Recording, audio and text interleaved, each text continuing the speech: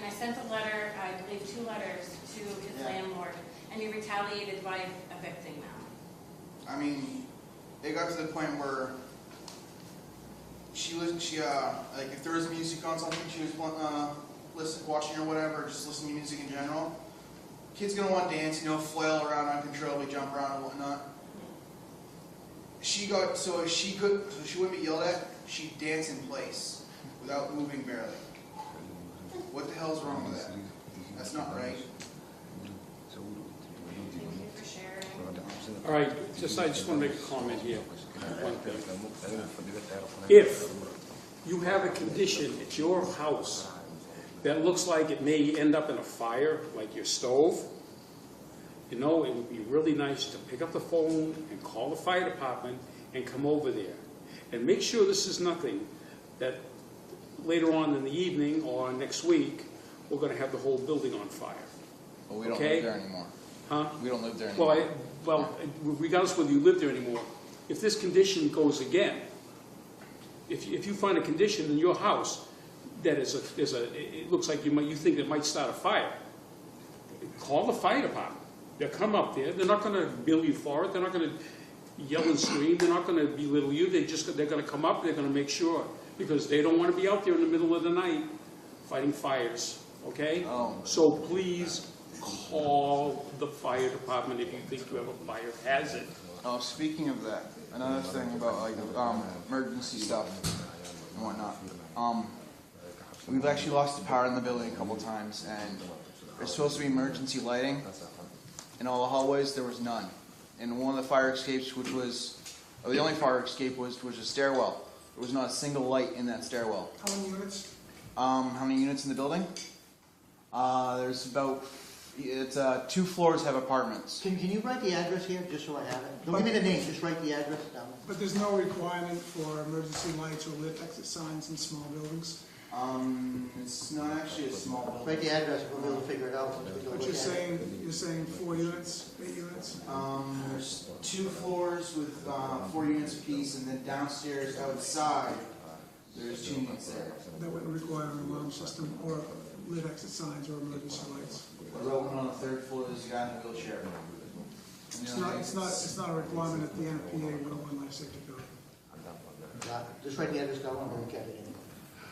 I just want to clarify about that question, and this is kind of twofold. So both any type of heating or electrical issues that could cause a fire, or means of egress that could prevent you from leaving in cause of a fire, should the tenant's first call be to the fire department or to the code enforcement department? No, or call the fire both? department.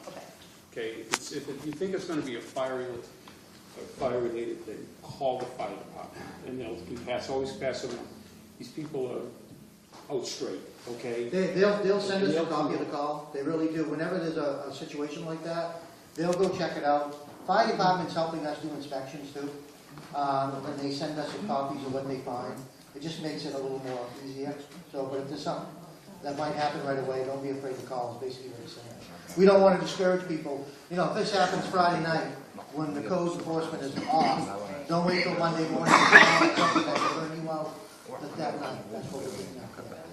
I just like to talk here a minute about the state of housing. I think we have a good handle on it. We know that we have a bed bug problem.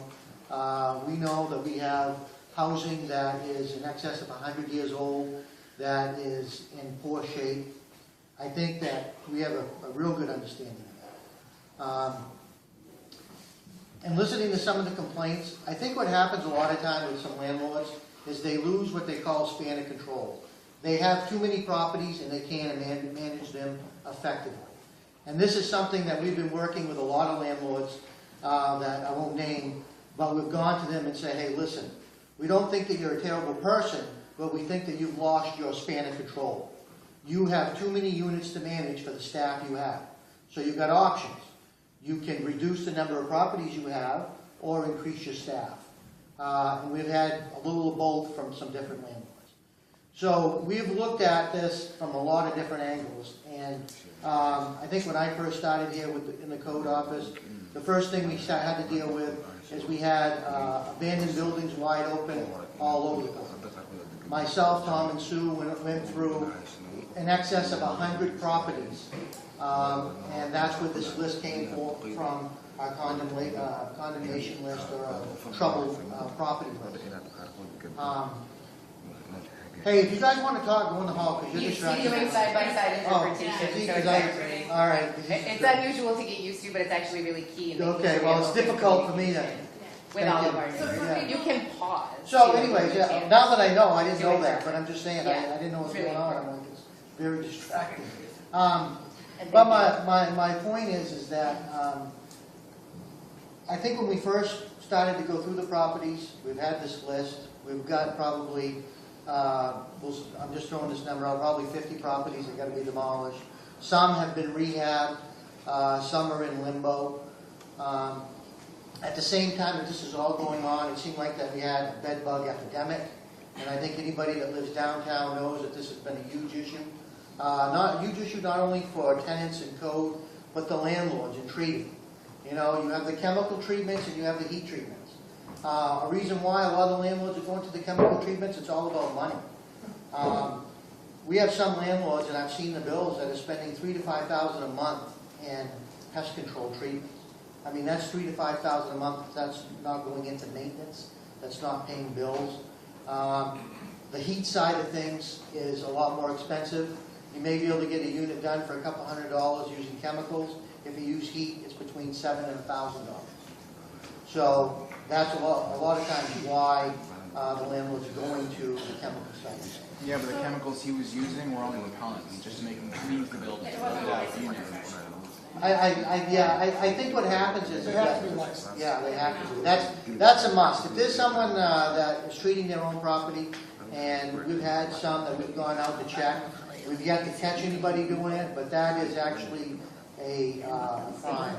Yeah, that's a crime. My girlfriend actually called the people who were in charge, like statewide pest control dudes, and reported that particular guy. Yeah, and that's important, and that's something that we should know too, because if you get people mixing chemicals and not the right formulas, you know, you're talking a real life safety issue with health.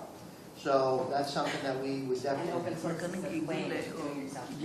Yeah, well, and that's another thing. Heat treatments should not be done by someone using other than the professional equipment. So Go ahead. So for people who don't know, Neighborhood Housing League held a campaign for a code enforcement officer in the downtown, and they won that campaign in 2010, and had part in hiring Jeff Burrell, which he was just speaking. He's our code enforcement officer. I guess it goes beyond, from what our experience, I wasn't really going to talk, I was going to kind of facilitate, but it goes beyond, like, you know, landlords feeling the burden of costs, I guess, because they have an obligation to take care of their tenants. And oftentimes, I'm hoping the record keeping is much better now. I reviewed it with you, but there had been a lack of record keeping of code complaints. Tenants' concerns minimized, especially because they resided in the downtown, even though the landlord was in direct violation of code. Something as simple and easy to fix as a working smoke detector. That's caused great concern for our residents that we work with, and a lot of pro-landlord, anti-tenant rhetoric. And that maybe perhaps is the view of the downtown. And it was like, you know, a generalized statement, and I feel as though maybe personally that this rhetoric about downtown residents and the lack of enforcing code violations on landlords kind of go hand in hand. No, I'd like to speak on that a minute. I think that what happens is, I want everybody to know that we don't minimize people's complaints, but what happens is this. You have 3 people upstairs that are handling these calls. Stuff is coming in. I think what we had is we had a lot of buildings that were in foreclosure that had tenants just left in the buildings. The landlord just said, "Well, you know, I'm bankrupt, I'm all done," and never show up at the building again. When I first came to code, there were several buildings like that. What happened was, it's not that we didn't take people's complaints serious, but let me give you an example. If I got a building with no heat, no water, because the bill wasn't paid, and then I have someone with several families in it with little kids. We focused on that building to try to get people relocated, to try to get that building shut down. So if someone would call up and say, hey Jeff, my smoke detector's broke in the hall, that went to the bottom of the list. We had to prioritize where we were at, plain and simple.